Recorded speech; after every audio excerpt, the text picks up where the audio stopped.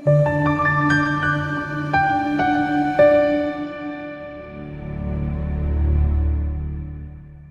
kwintokozo zokhuluma nawe kwi-channel. uNkulunkulu akakulonde, uNkulunkulu akubusise. Igama uPastor Ningi sibheka udaba lamaphupho njengenjwayelo ngokhulu ukuyithoba.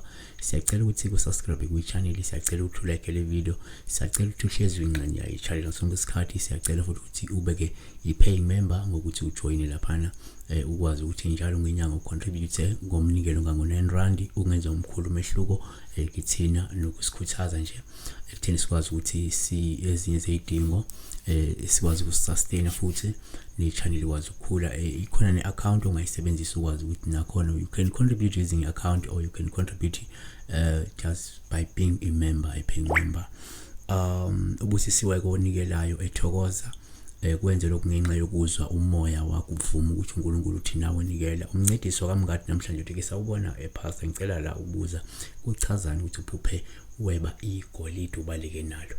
Ukuphupha weba nje isikhathini esiningi into engeyinhle. Uma uphupha weba ungeba imali, weba igolide, weba noma beyini, uphawu olungesiluhle lelo. Sizothi kafushane nje uma uphupha ke igolide sikuthatha njengophawu olubi. Uma uleba lisho ukuthi uzothola noma ke uzozwa indaba ezingezinhle maduzane. Kanti okwesibili singakubalula ukuthi kungenzeka uma uphupha igolide kuba uphawu uma uweba leli golide lomunye umuntu kusho nje ukuthi usuke uzobhekana nezinkinga ezinkulu kepha ezizophinde ziphele. Noma ke usuke uzobanjwa ukugula kodwa uzophinde ululame kona ngokuhamba kwesikhathi. Yabona. Number 3, futhi uma uphupha igolide singakuthatha njengophawu olubi uma uleba igolide lomunye umuntu okusho ukuthi uzokwenza impilo yomunye umuntu ibe nzima. Okungenzeka lowo muntu uma uthi uyamazi noma nje omunye umuntu ongamazi, impilo yomuntu ingahlibe nzima ngenxa yesenzo sakho, yayibona. Kodwa futhi uma uphupha igolide sikuthatha njengophawu oluhle kakhulu uma unikezwa igolide, ngoba lokho kusho isibusiso noma kusho inhlanhla emangazayo ezayo futhi engahle ifike kungekudala, noma ke leso sibusiso esikhulu esizokumangaza esizofika futhi kungekudala. Ngoba ke la uGenesis 24:30 verse 35 ithi the Lord has greatly blessed my master so that he has become rich, and he has given him flocks and herds, silver and gold, and servants and maids, and camels and donkeys.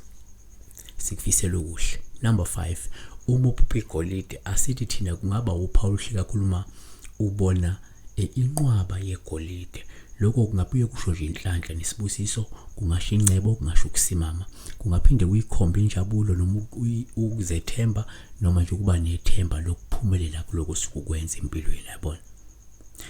Kanti number 6, uma futhi thina singathi ke uma uphupha igolide uphawu oluhle kakhulu uma ubona lenqwaba yegolide, ngoba kungabuye kusho ukuthi uzophumelela ngenxa yolwazi noma ngenxa yenhlakanipho noma ngenxa yokuqonda noma nokuba nekhono nokukhuthala, yabona.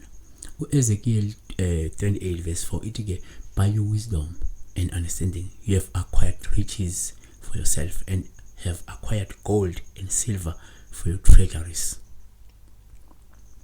Number 7, uma uphupha igolide sikuthatha njengophawu oluhle uma ulithatha komunye igolide.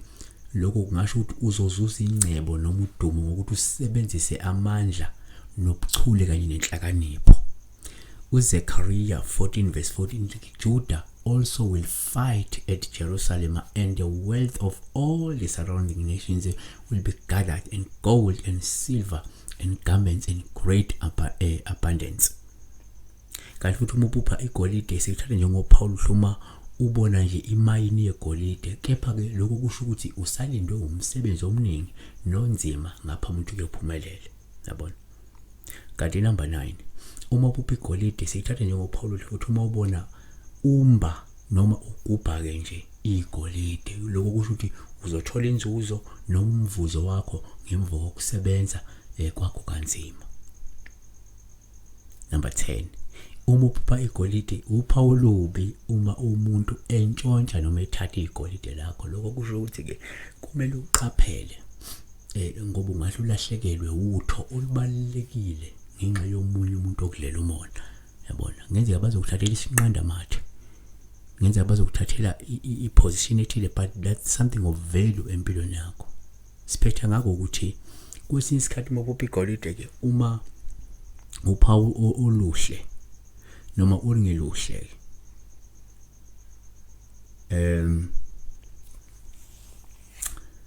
kubi uma lentshontshwa kuwe, kodwa futhi kuyenzeka uma uphupha igolide kuba uphawu oluhle uma bekuphuca mhlawumbe lelo golide noma leso sikhwama esinegolide, wena bese usala ukhathazekile noma ke usale ukhala kabuhlungu.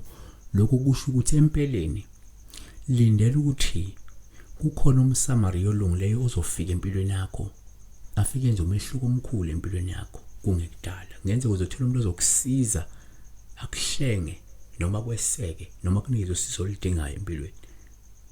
Siyabonga. uNkulunkulu akakusizeke nawe uphumelele empilweni. Kodwa ke nawe silekelele kuyi-channel ukuthi ke ube yi-paying member, ufake lo contribution ka-R9 every month. You can do so ngokuthi ujoyine kuba yi-paying member noma usebenzise i-account number ekhona. Siyabonga. Ungakhohlwa ukusubscribe, ungakhohlwa ukulike le video lena. Khona kama video nsuku zonke ngane yakwethu every day ngo-9 ekuseni. Siyabonga.